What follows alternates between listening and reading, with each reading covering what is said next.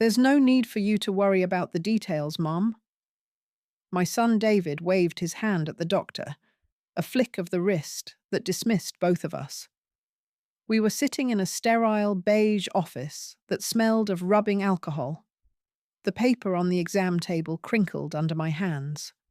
The doctor, a young man who looked like he still had his college textbooks, just nodded at David. He didn't even look at me. A hot flush of shame crept up my neck. I felt my face get warm. David thought he was protecting me. I knew better. He wasn't protecting me. He was erasing me. My own health, the very blood and bone of me, was now a detail I wasn't allowed to know. I stared at a crack in the linoleum floor and tried to make my face a perfect blank. I didn't want them to see how small they had made me feel. The fluorescent lights overhead hummed, a flat, endless sound. David kept talking, his voice calm and reasonable, planning my life without my permission. Back home, the phone rang just as I was putting the kettle on. It was my daughter, Sarah. Her voice was too bright, full of a false cheer that set my teeth on edge. "Hi, Mum. David told me the appointment went well. I'm so glad." I held the receiver tight, the plastic cool against my ear. The familiar weight of it was one of the few things that felt like my own anymore. "It was fine," I said. My voice sounded thin. "Good, good," she chirped. "You just rest. We're handling everything so you can rest." I looked around my living room. I saw the worn armchair my late husband, Frank, always sat in. I saw the cuckoo clock we bought on our trip to Germany. Every single thing in this house held a memory, a choice we had made together. But as I stood there, listening to my daughter's chirpy voice, I felt like a guest, a visitor who was being politely managed until it was time for her to go. The next morning, David came by with my pills. He had bought one of those plastic organizers with a little compartment for every day of the week. He clicked open the lids, S, M, T, W, and sorted the little coloured tablets. "This will be much easier for you, Mum," he said, not looking up from his task. When he was done, he snapped the lids shut and put the box on the kitchen counter. He took the original prescription bottles with him. He said he was decluttering. I looked at the little plastic box. A new blue pill sat next to my usual white one for cholesterol. "What's the blue one for?" I asked. David was already at the door, his keys jangling. "Oh, that's just for your blood pressure, Mum." He smiled, but it didn't reach his eyes. Nothing to worry about. Later that night, I was rinsing my teacup in the sink when I heard his voice from the hallway. He was on the phone, his voice a low whisper. He must have thought I was in the living room with the television on. I stood perfectly still, the water running over my hands. I heard him say, clear as a bell, "She's asking questions again." Wednesday was my church coffee morning. The basement smelled of weak coffee and cinnamon rolls, a smell I usually loved. My friend Margaret, a retired nurse with sharp eyes and a kind heart, sat across from me at our usual table. The ceramic mug was warm in my hands. "So, Eleanor," she said, her voice low, "how did your appointment go on Monday?" I took a sip of coffee. I repeated the lines David and Sarah had coached me to say. "Oh, just the usual checkup. Everything's fine." The lie felt thick in my throat, like swallowing dust. It tasted like ash. I tried to smile, but it felt stiff. Margaret didn't smile back. She just looked at me, a long, searching look that went right through my cheerful little lie. She didn't say anything else, just stirred her coffee, the spoon clinking softly against the mug. But her silence was louder than any question she could have asked. On Friday, Sarah came over to help with my finances. She sat at my kitchen table with her sleek silver laptop, the screen glowing. Mum, this will make your life so much simpler, she said. I watched her fingers fly across the keyboard, tapping and clicking. She set up automatic payments from my account for the electricity, the water bill, even my small credit card bill. See? She said brightly, turning the laptop so I could see the screen full of confirmation notices. All done. Now you don't have to think about a thing. She beamed at me, proud of her efficiency.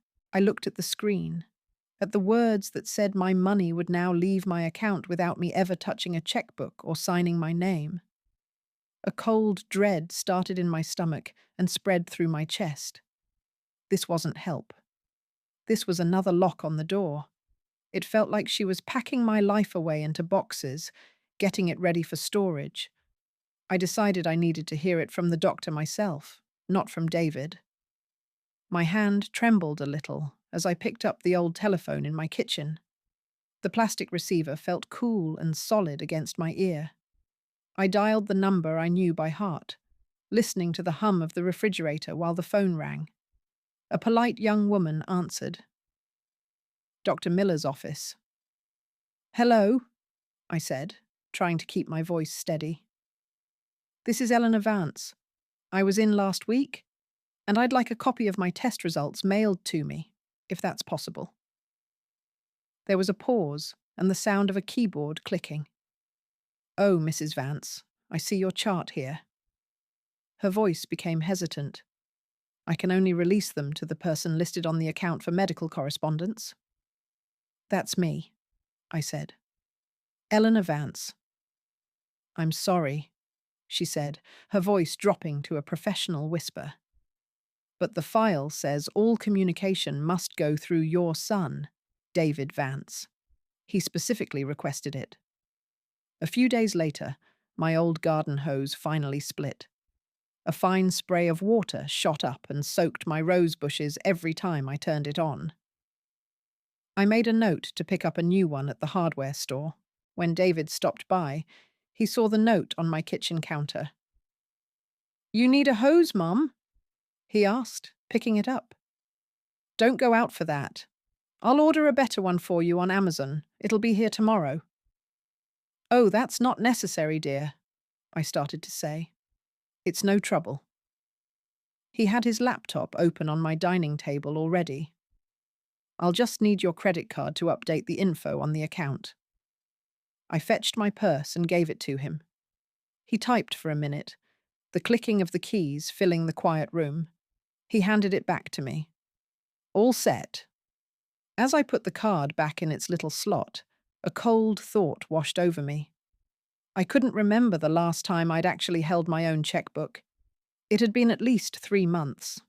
That afternoon, I decided to sort through my late husband George's old desk. I told myself I was looking for a photo album from our trip to the Grand Canyon. The drawers were full of his things, old pens, stacks of receipts, a tie clip. The air smelled of old paper and cedar wood. My hands were shaking with a frustration I couldn't quite name. It felt like every drawer I opened was a reminder of a life I was no longer fully living. I wasn't just looking for a photo. I was looking for something to do, something that was mine to organize, mine to control. I just wanted to feel useful again, even if it was just tidying a dusty old desk in an empty house. David and Sarah decided we should have a family dinner at my house the next Sunday.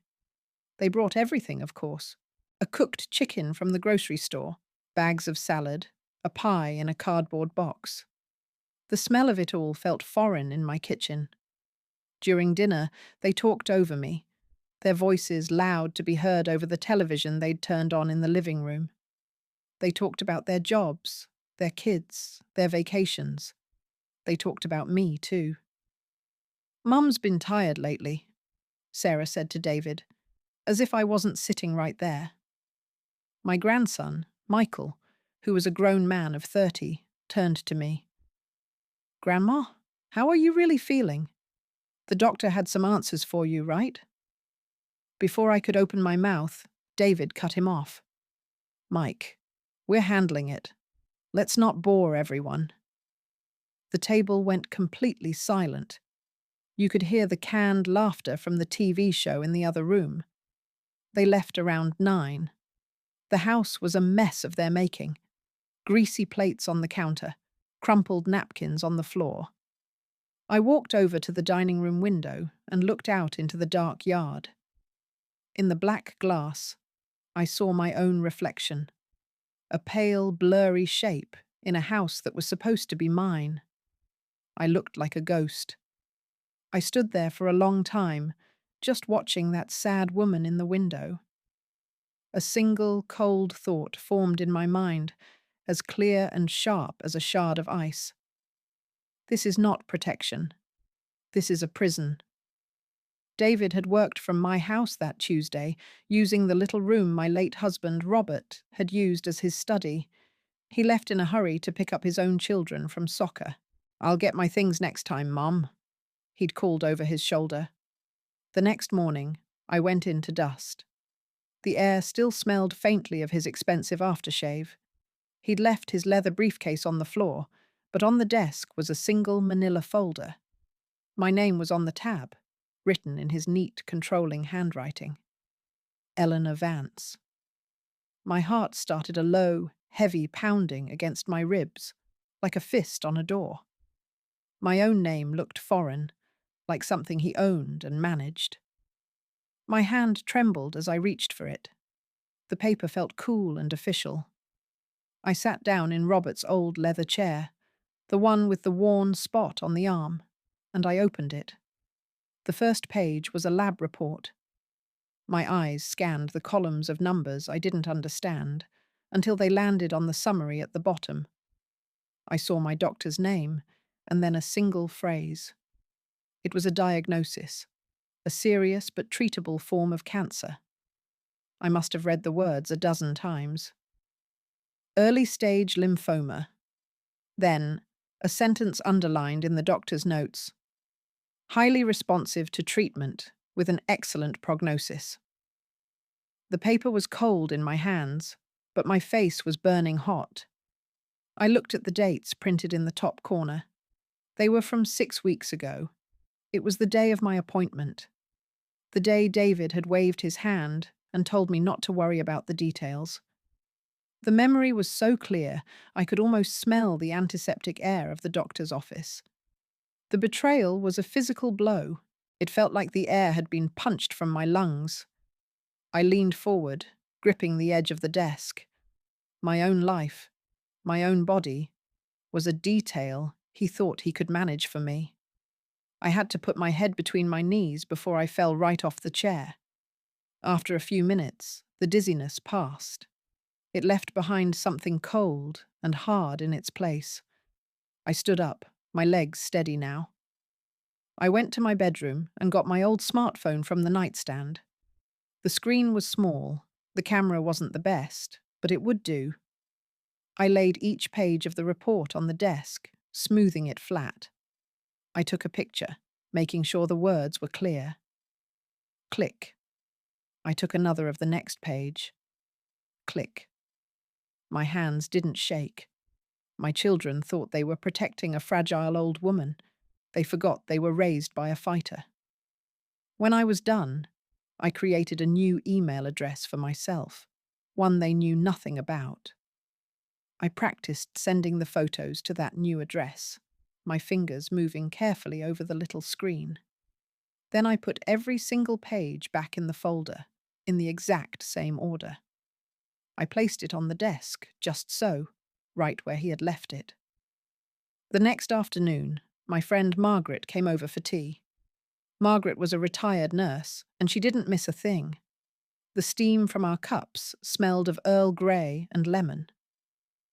"You're quiet today, Eleanor," she said, her eyes kind but sharp. "Is everything all right?" I took a deep breath. "I need to show you something," I said.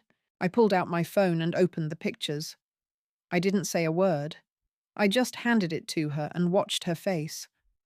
I saw her professional focus kick in as she read, her lips moving silently. Then her expression changed.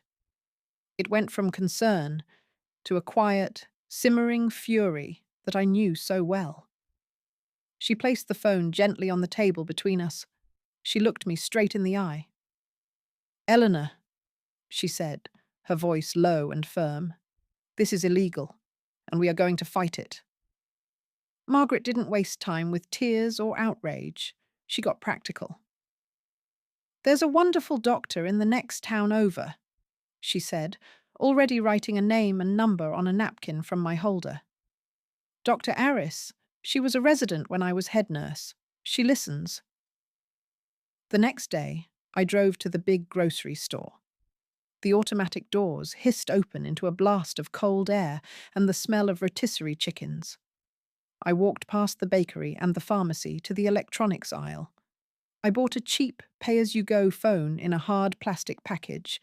It cost me $32 in cash. I sat in my car in the parking lot, the engine off.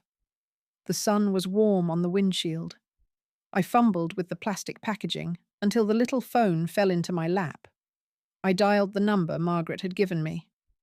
A calm voice answered. "Dr. Aris's office."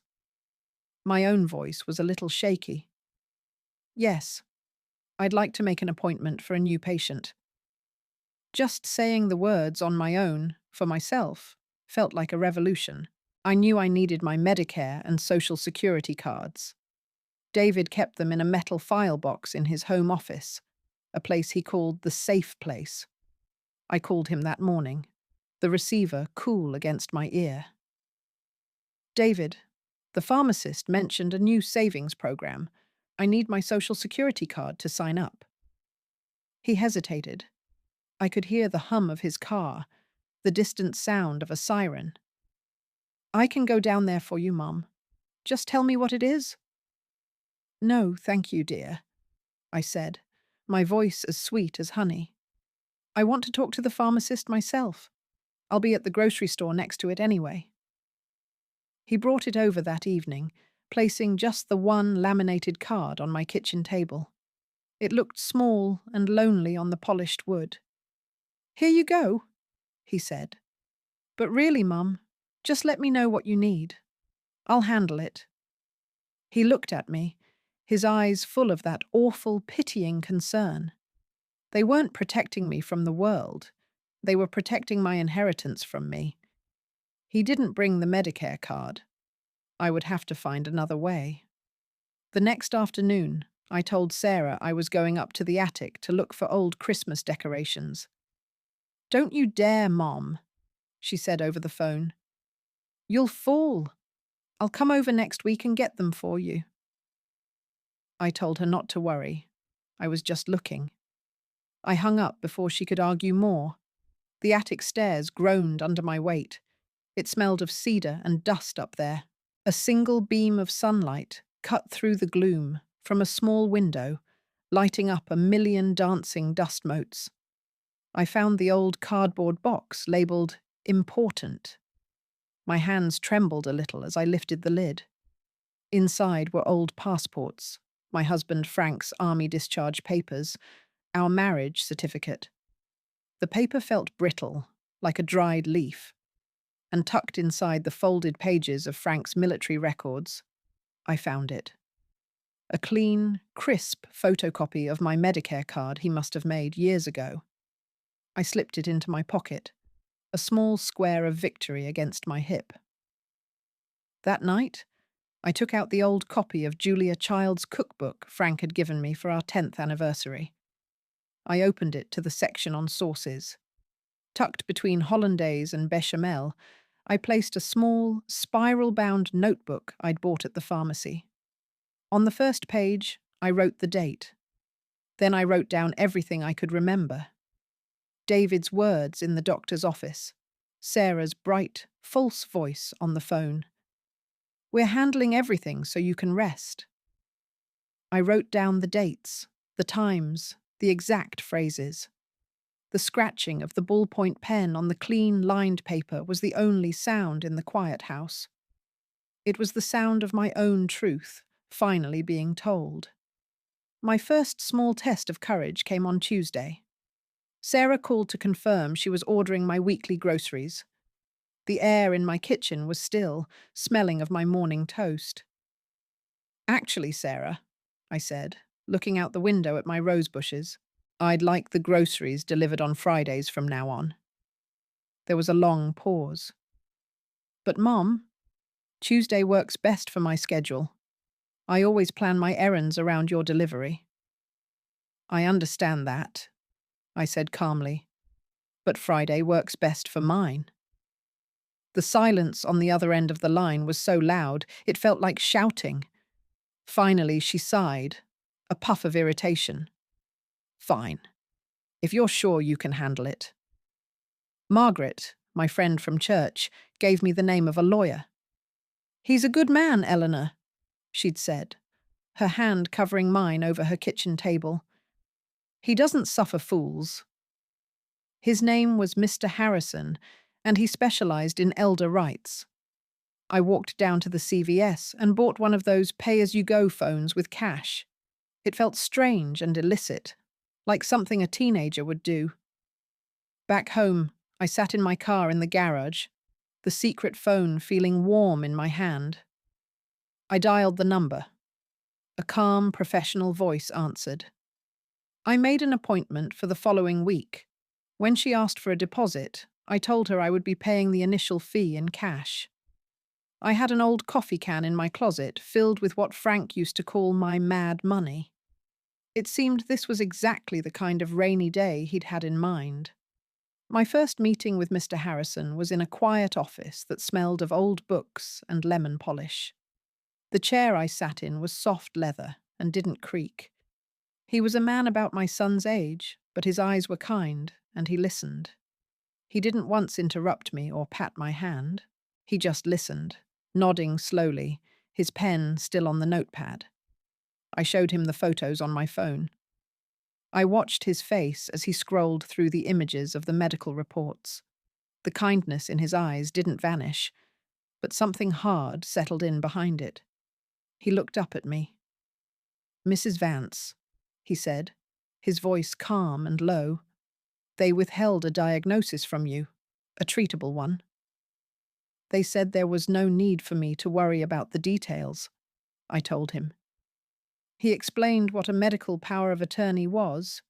He told me it was a document that gave someone else the power to make my health decisions if I couldn't.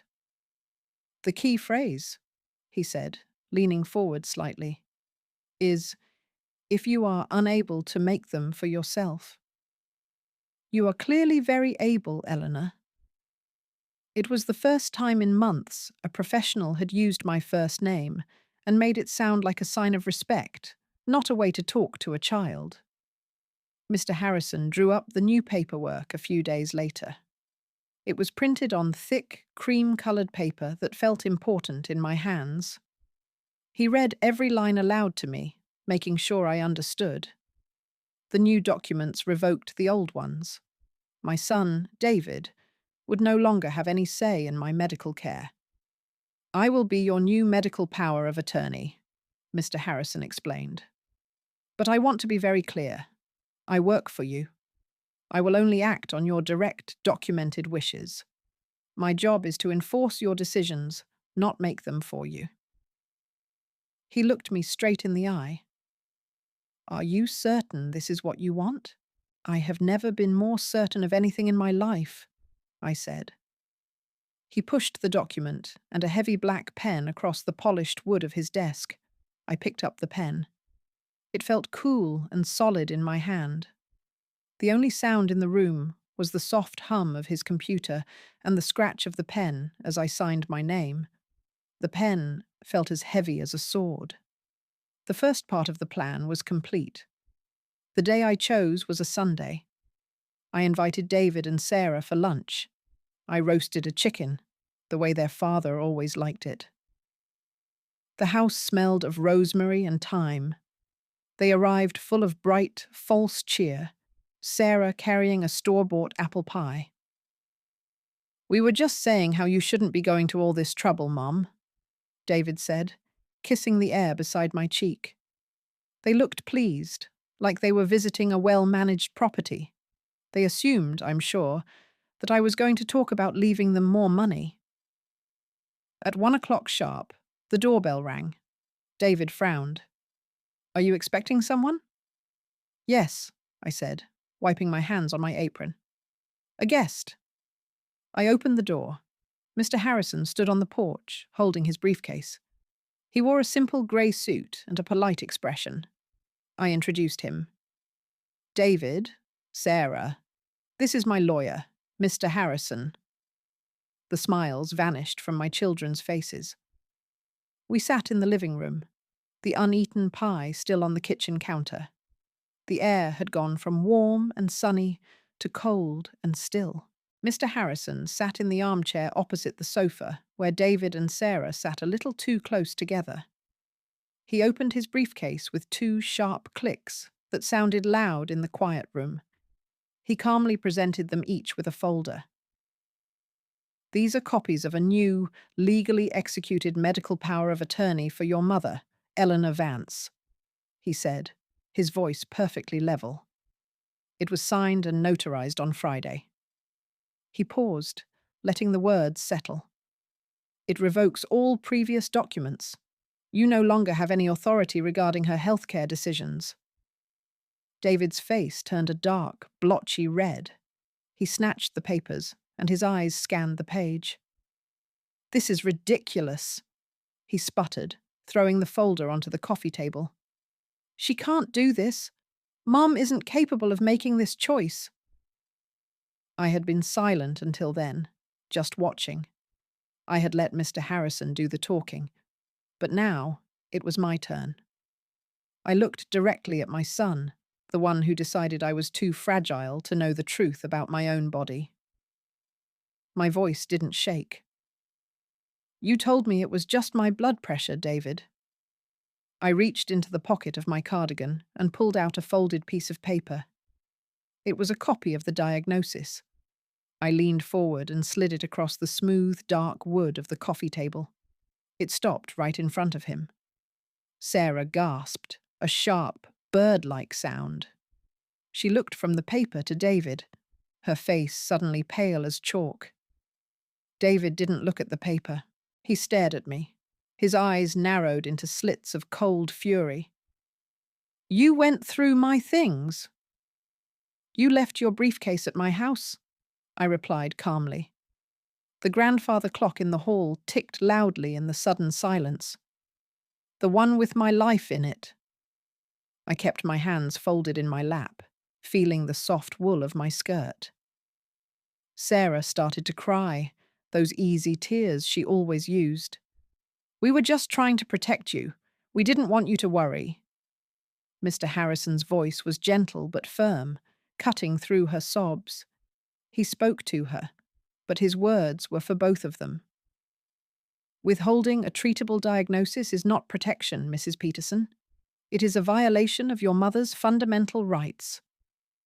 He made it sound so simple, because it was.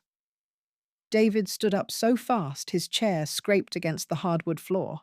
His face was a dark, angry red I hadn't seen since he was a teenager. I'll fight this, he said, his voice rising. I'll have you declared incompetent. Mr. Harrison didn't even flinch. He simply looked up at my son. On what grounds, Mr. Vance? Your mother has independently sought new medical and legal counsel. She is managing her own affairs. Any such attempt would be viewed very poorly by a judge, especially in light of these documents. He tapped the folder on the coffee table. David looked from the lawyer to me, and I saw the trap close around him. He had built a cage for me, and now he was the one inside it. He was completely speechless. I decided it was my turn to speak again. My voice felt stronger now. My new doctor's appointment is on Tuesday, I said, looking at both of my children. I will be starting treatment next month.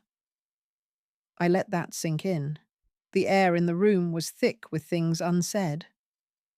I expect you both to respect my privacy and my decisions from now on. The lemon polish on the end table suddenly smelled very strong. Sarah looked at me, her face pale and her eyes wide. She whispered the question, her voice trembling. So that's it? You're just cutting us out?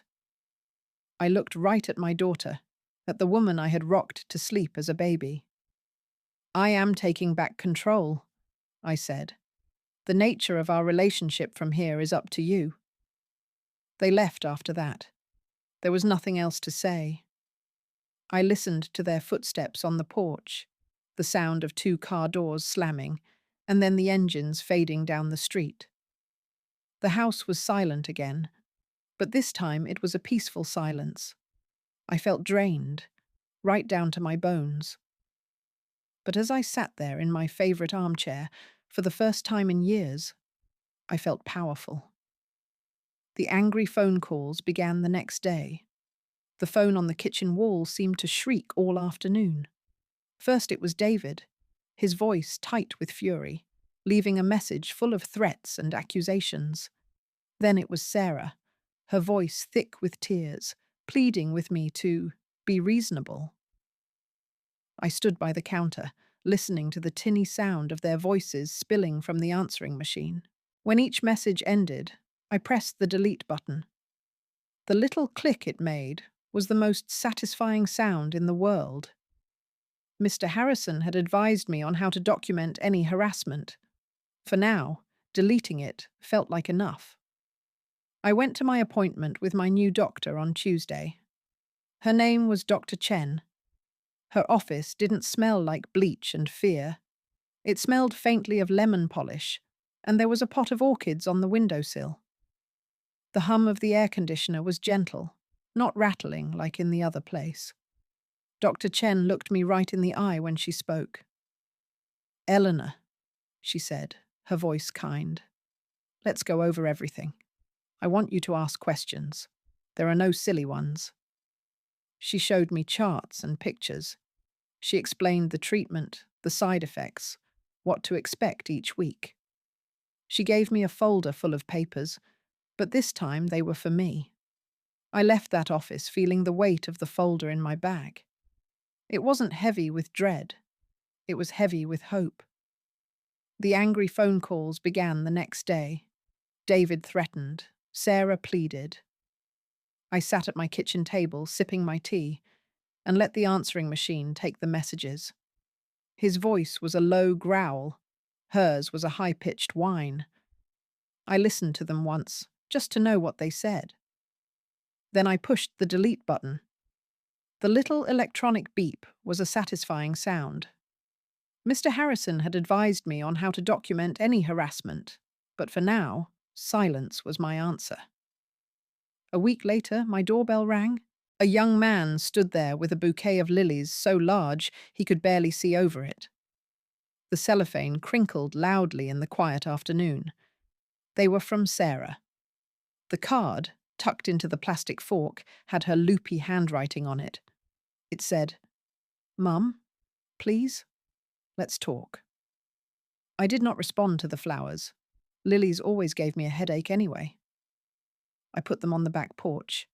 Actions, not words, were what mattered now. My first treatment session was that Wednesday. Margaret drove me.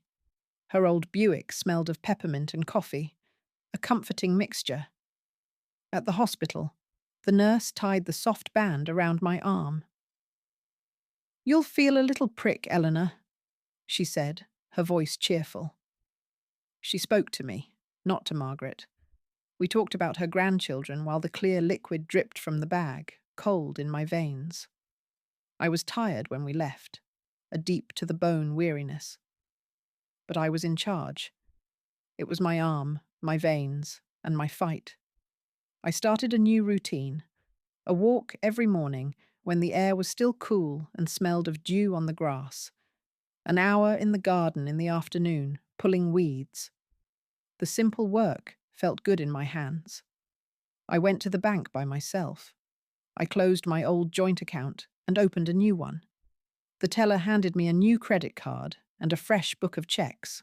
They had only one name on them, Eleanor Vance.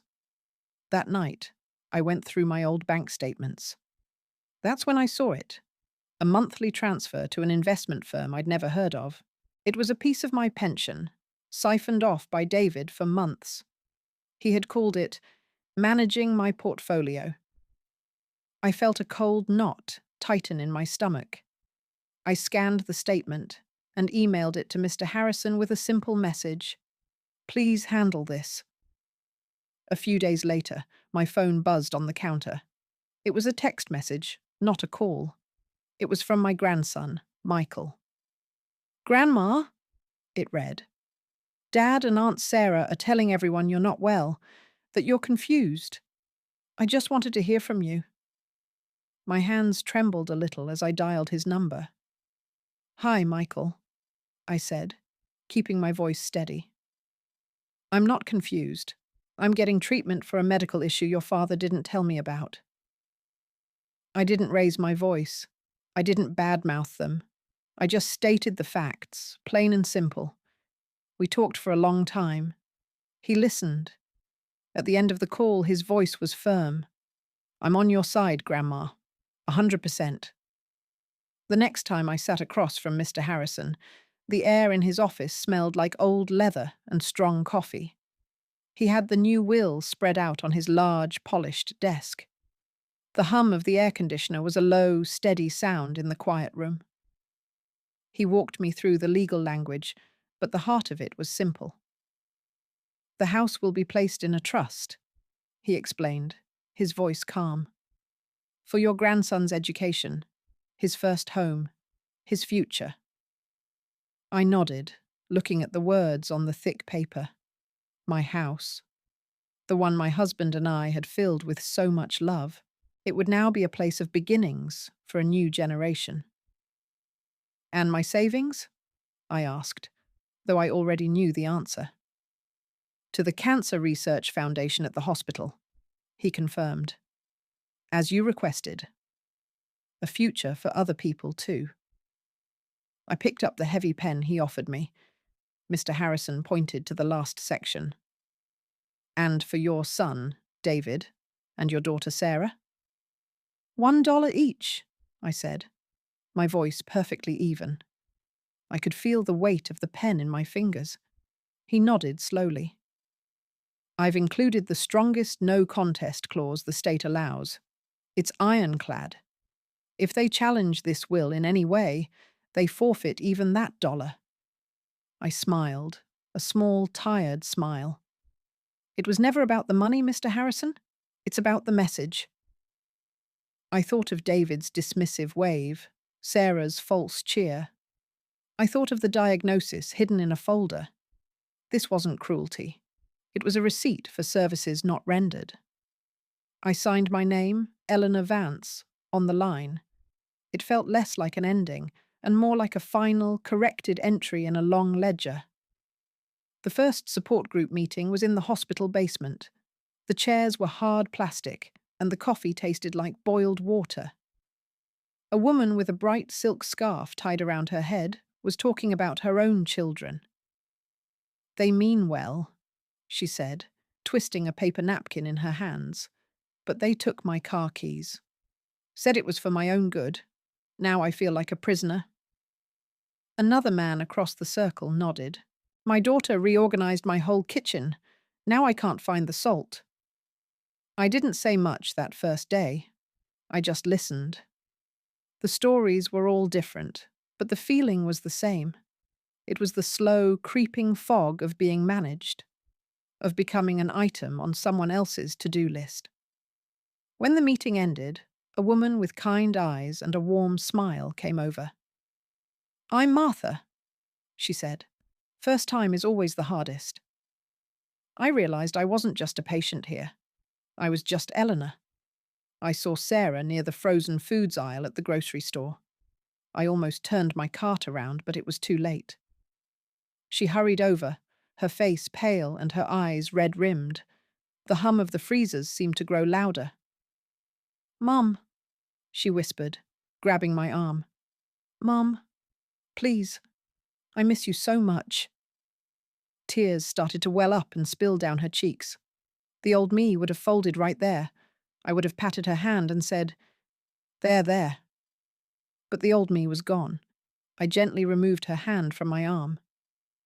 "I am focusing on my health right now, Sarah," I said, my voice quiet but firm. Please respect that. I pushed my squeaky cart past her, toward the checkout. I didn't look back. I felt a sharp pang of sadness for the daughter I wished I had. But for the first time in my life, there was not a single drop of guilt. My energy started coming back in small waves. First, it was enough to weed the entire rosebed without needing a nap. Then, I found I could walk to the post office and back without my knees complaining. The treatment was working. The world felt a little brighter. I saw a sign at the library asking for volunteers. Twice a week, I started spending my afternoons there. The building always smelled of old paper and wood polish, a scent that felt like coming home. My job was simple: checking books in, placing them on the reshelving cart. Thank you, Eleanor. The head librarian, a young woman named Chloe, said at the end of my first week. You're a natural at this. I smiled. Stamping a due date inside a book cover was a small thing, but the book belonged to everyone, and the stamp was mine. I was rebuilding a life, one small, useful task at a time. It was a quiet, sturdy kind of happiness. I received a letter of apology from my daughter, Sarah. The envelope was heavy, expensive paper, the kind you use when you want to seem important. Her handwriting, usually a loopy, cheerful scrawl, was tight and careful. Inside, the letter was full of excuses. It was David's idea, she wrote. She was under so much stress at work. She didn't want me to worry. The words felt hollow, like a script she had practiced. We were trying to protect you, she wrote, and I could almost hear her saying it, that same old line. I read it twice, standing in my quiet hallway. The air smelled faintly of lemon polish from my morning cleaning. I folded the letter, slid it back into its envelope, and walked over to the little filing cabinet where I kept my warranties and old tax returns. I filed it under S for Sarah. Then I closed the drawer. I did not reply. A week later, David tried a new tactic. He used the Homeowners Association against me. An official-looking letter arrived, informing me of a complaint filed about the state of my garden. It mentioned overgrown rose bushes and a loose fence post. My garden was my pride and joy. It was perfectly fine. I knew at once it was David. It was his kind of fight, petty, public, and designed to make me look frail and incompetent. I called the HOA president, Martha, who also happens to be in my church potluck group. Martha, it's Eleanor Vance, I said. Eleanor, dear, I was hoping you'd call, she said, her voice warm. Don't you worry about that nonsense for 1 second. I told the board exactly whose son filed it and dismissed it immediately. She paused, then added, Some people have too much time on their hands. I knew then that the social truth, the one that mattered in our small community, was on my side. My grandson, Michael, visited for lunch that Saturday. He didn't mention his parents, and I didn't ask. I made him my famous tomato soup, the kind his grandfather used to love. The smell of it filled the whole kitchen. We talked about his job and the new girl he was dating. After we ate, he said, Grandma, I noticed that fence post in the back is a little wobbly. Do you have a screwdriver? He spent the next hour in the afternoon sun, carefully tightening the screws and securing the post. He worked in a comfortable silence, the only sound the buzz of a bee in my lavender bush. He came back inside, wiping his hands on his jeans. All fixed, he said with a small smile. His quiet support, that simple act of fixing the very thing his father had complained about, meant more to me than 1,000 empty apologies. It was a promise that not all was broken. 6 months into my treatment, I sat on the crinkly paper of the exam table. The room had that familiar antiseptic smell, but it no longer scared me. Dr. Chen came in, holding my file. She didn't smile right away, which made my heart thump against my ribs like a trapped bird. She sat down and looked me straight in the eye. "Eleanor," she said, her voice calm and even. "We have the results from your latest scans." She opened the folder. "The treatment is working better than we could have hoped. The cancer is in remission." The words hung in the air. Remission. A word I had barely dared to hope for. I didn't realize I was crying until I felt a warm tear slide down my cheek and taste of salt. I walked out of that hospital into the bright afternoon sunshine, leaned against the warm brick wall, and finally wept with relief. A few days later, I was sitting at my kitchen table with a cup of tea, watching the birds at the feeder. I felt a surge of energy, a feeling I hadn't had in years. I thought about all the things I had put off, all the places I had wanted to see. I decided right then and there. I opened my laptop, the hum of the machine a comforting sound. I looked up coastal train journeys. I found a beautiful one, a 5-day trip up the coast with my friend Margaret. I clicked through the booking pages, filling in my own information. I pulled out my new credit card, the one with only my name on it, and typed in the numbers. With a final, satisfying click, the tickets were booked. Margaret was thrilled when I called her. As I hung up, I looked around my quiet house, not with loneliness, but with a new feeling. It was the feeling of a starting point. I was folding my favorite blue cardigan into my suitcase when the doorbell rang. The scent of old leather and lavender sachets filled my bedroom. I was humming along to a song on the radio, feeling a flutter of excitement I hadn't felt since my honeymoon. I opened the front door, and there stood David. He looked smaller than I remembered, tired and defeated.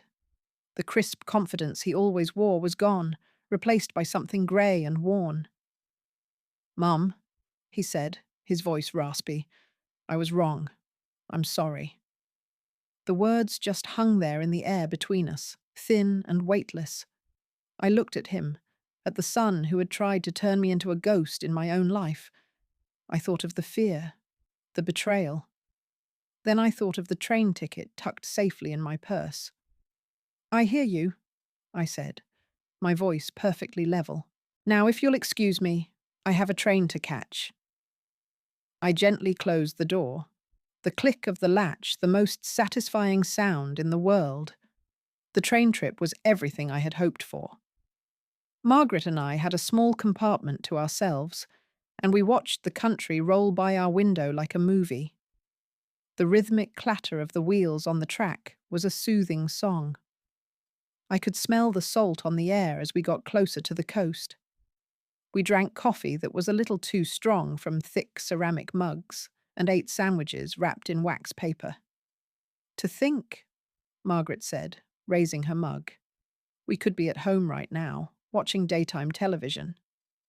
"God forbid," I laughed, a real, deep laugh that came from my belly. We talked for hours, about everything and nothing. I felt the tight knot of the last year finally begin to loosen. I felt like Eleanor again, not just Mom, or a patient, or a problem to be managed. This was what freedom tasted like. We were in a little seaside town, eating clam chowder on a windy pier, when my secret phone buzzed in my purse. It was Mr. Harrison. The seagulls were calling overhead, and I had to cover one ear to hear him properly. "Eleanor, I have some news," he said, his voice calm and professional as always. "David Vance has filed a formal withdrawal. He has removed his name as the secondary executor on your previous will." I watched a fishing boat bobbing on the grey water. It wasn't a victory that made me want to cheer. It was quieter than that. It was the sound of a lock clicking open, a legal admission of defeat. "Thank you for letting me know, Mr. Harrison," I said. He told me to enjoy the rest of my trip. I ended the call and looked out at the endless ocean, feeling like a heavy weight had just been lifted from my shoulders and carried away on the tide. Coming home felt different this time. The house was clean and quiet, just as I'd left it. But it wasn't an empty quiet anymore. It was a peaceful one. The air inside smelled of sunshine from the windows I'd left cracked open. It smelled like my home, not a holding cell. The next morning, I didn't turn on the television. Instead, I went out to the back garden with a cup of tea and a notebook. I sat on the old stone bench my husband had built and sketched out a new plan. No more fussy rose bushes that needed constant attention. I was going to rip them all out and plant a paradise of wildflowers, bee balm and black-eyed Susans and coneflowers. I spent the afternoon turning over the cool, dark soil. It was hard work, my back ached, but it was joyful. I was creating something new, something wild and beautiful, just for me. A week later, a text message appeared on my phone from Sarah. It was short. "Mum, can we meet? Not to talk about things, just to sit for a little while." I read it 5 times. I thought about it for a whole week while I planted my seeds. I talked it over with Margaret. Finally, I texted back. The park by the library, Friday at 2, for 30 minutes. We sat on a green bench under a big oak tree. Children were shouting on the playground in the distance. The meeting was awkward, filled with silences that felt a mile wide. She asked if my trip was nice. I said yes. She said my garden looked different. I said I was trying something new. For the first time in years, she just listened. She didn't offer advice, or tell me what she thought was best, or fill the silence with chatter about her own life. She just sat with me, watching the world go by. It wasn't forgiveness. It wasn't a solution. But as I watched her, I saw a tiny seed of something I hadn't seen in a very long time. My grandson, Michael, brought his fiancée over on a sunny afternoon. Her name was Chloe, and she had a smile that reached her eyes. They sat on my couch, the one David used to say was hopelessly outdated, and held hands. The sunlight streamed through the window, catching the dust motes dancing in the air. "We wanted you to be the first to know, Grandma," Michael said, his voice thick with emotion. He squeezed Chloe's hand. Chloe held out her left hand. A simple, elegant ring sparkled on her finger. "He asked me last night," she whispered, her eyes shining. I felt a warmth spread through my chest, chasing away the last of the winter chill in my heart. I was not an afterthought. I was the first person they wanted to share their joy with. After they left, I sat for a long time, listening to the quiet ticking of the grandfather clock. A new branch was growing on our family tree, and I would be there to watch it bloom. A few weeks later, I sat in the auditorium of the local community college. The air was a little stuffy and smelled of floor polish and old books. I was there to present the first scholarship from the fund I'd started in my late husband's name. A young woman with bright, hopeful eyes walked onto the stage. Her name was Maria, and she wanted to be a nurse. "Thank you, Mrs. Vance," she said, her voice trembling slightly as she accepted the certificate. "This changes everything for my family." I just smiled and shook her hand. Her hand was small, but firm. I saw in her the same determination I had to find in myself. Driving home, I realized my legacy wouldn't be about the house or the numbers in a bank account. It would be in things like this, a chance for a young woman to build a life. It was a foundation no one could ever take away. Michael and Chloe came over every Sunday to plan the wedding. They spread magazines and fabric swatches all over my dining room table. The whole room smelled of coffee and paper and possibility. They argued gently about colours and fussed over guest lists. One afternoon, they were looking at a picture of a very modern, very stark wedding cake. What do you really think, Grandma? Michael asked, catching my eye. I looked at the glossy photo. I think, I said slowly, it looks like something you'd find in a hospital cafeteria. They both burst out laughing. We ended up deciding on a lemon cake with buttercream frosting, just like the one I'd had at my own wedding. As I watched them leave, hand in hand, a small, practical worry surfaced. I wondered how David and Sarah would behave when they were all in the same room together. It had been a full year since the day Mr. Harrison came to my house. My health was good. The doctors were pleased. My life was quiet. And that quiet was a comfort, not a void. I had contact with Sarah, but it was on my terms. We met for coffee once a month at a neutral coffee shop downtown. She talked about her work and her kids. She never mentioned David. I never asked. David remained silent. I received a stiff, formal card on my birthday, signed with just his name. There was no message inside. I put it in the recycling bin without a second thought. I was at peace with the distance. I had learned that some doors are best left closed, not for lack of love, but for the sake of the air in the room you're standing in. Last night, I sat on the new bench in my back garden as the sun went down. The air was cool and smelled of damp earth and the spicy scent of the marigolds I'd planted. The wildflowers were a riot of purple and yellow and white, a beautiful mess I had created all by myself. The hum of the cicadas started up, a sound that always meant summer was truly here. I held a warm mug of chamomile tea in my hands, feeling the heat seep into my fingers. The house behind me was silent. No one was coming over. No one was going to call. I was not waiting for anyone. I was simply home.